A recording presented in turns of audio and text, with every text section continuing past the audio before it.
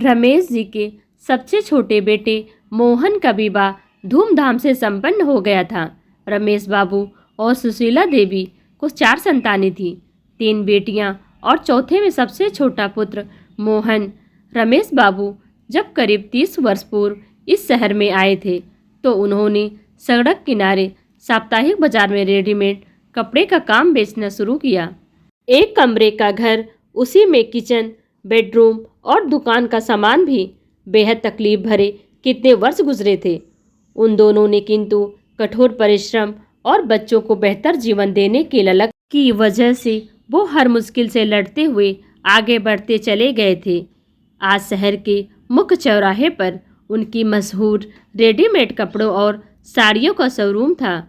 अपना बड़ा सा घर था, गाड़ी घोड़ा, नौकर चाकर सब थे। फिर भी रमेश बाबू और सुशीला देवी एक एक पैसा सब बच्चों पे खर्च किया करते थे। खुद पे खर्च करना तो जैसे कभी उन्हें आया ही नहीं। चारों बच्चों की शिक्षा और पालन में कभी कोई कमी नहीं छोड़ी थी। फिर तीनों पुत्रियों का संस्कारी और संपन्न घरों में विवाह किया और अब मोहन का विवाह भी हो गया था। मोहन के लिए उन्होंने बचपन के मित्र और सरकारी स्कूल के चपरासी हरि गोपाल की पुत्री सुधा को बहुत पहले से ही चुना था। मोहन भी सुधा को जीवन साथी के रूप में पाकर बहुत खुश था। विवाह की भागम भाग और मेहमानों की विदाई के बाद आज पहली बार पूरा परिवार एक साथ खाने बैठा था। तीनों बेटियां अभी कुछ दिन मायके में रुकने वाली थी। सुधा छोटी ननद के साथ मिलकर सबको परोस रही थी।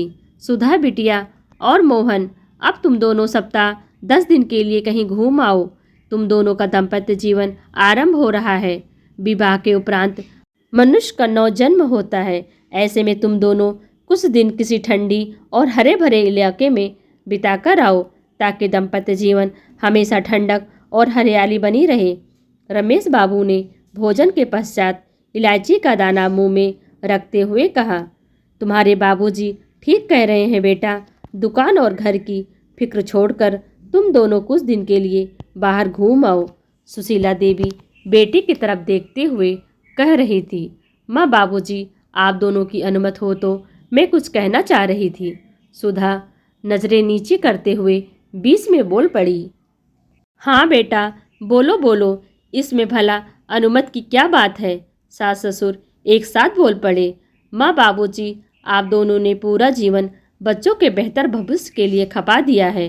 पिताजी के मुंह से बचपन से एक बात सुनती रही हूँ, आप दोनों अपने लिए एक साड़ी या एक गमछा खरीदने से पहले 10 बार सोचते थे, लेकिन बच्चों के लिए कभी कोई कमी नहीं रखी।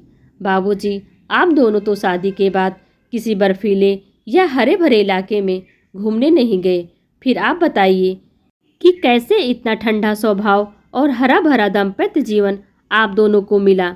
हम दोनों के सामने घूमने के लिए पूरा जीवन पड़ा है। अब घूमने और दुनिया देखने की बारी किसी की है तो वो आप दोनों की है।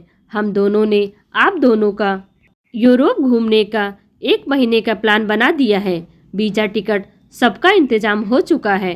कल मैं आप लोगों को लेकर मॉल जाऊंगी ताकि यूरोप के मौसम के अनुसार गर्म कपड़े और यात्रा के दूसरे ज़रूरी सामान की खरीदी हो जाए। अगले रविवार आप लोग को निकलना है। और हाँ, टूर कंपनी वाले आप लोगों का हर तरह से ख्याल रखेंगे। और हाँ माँ, मेरे लिए लंदन से एक हेड ज़रूर लेती आना, मोहन हंसते हुए बोला।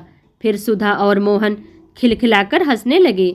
दुनिया भर के दुख तकलीफ उठा चुके रमेश बाबू को यकीन ही नहीं हो रहा था कि आज के युग में शादी होकर आई पुत्रवधू अपने सैर सपाटे की सोचने के बजाय सास ससुर के लिए विदेश दौरे का प्रोग्राम बनाने में लगी है।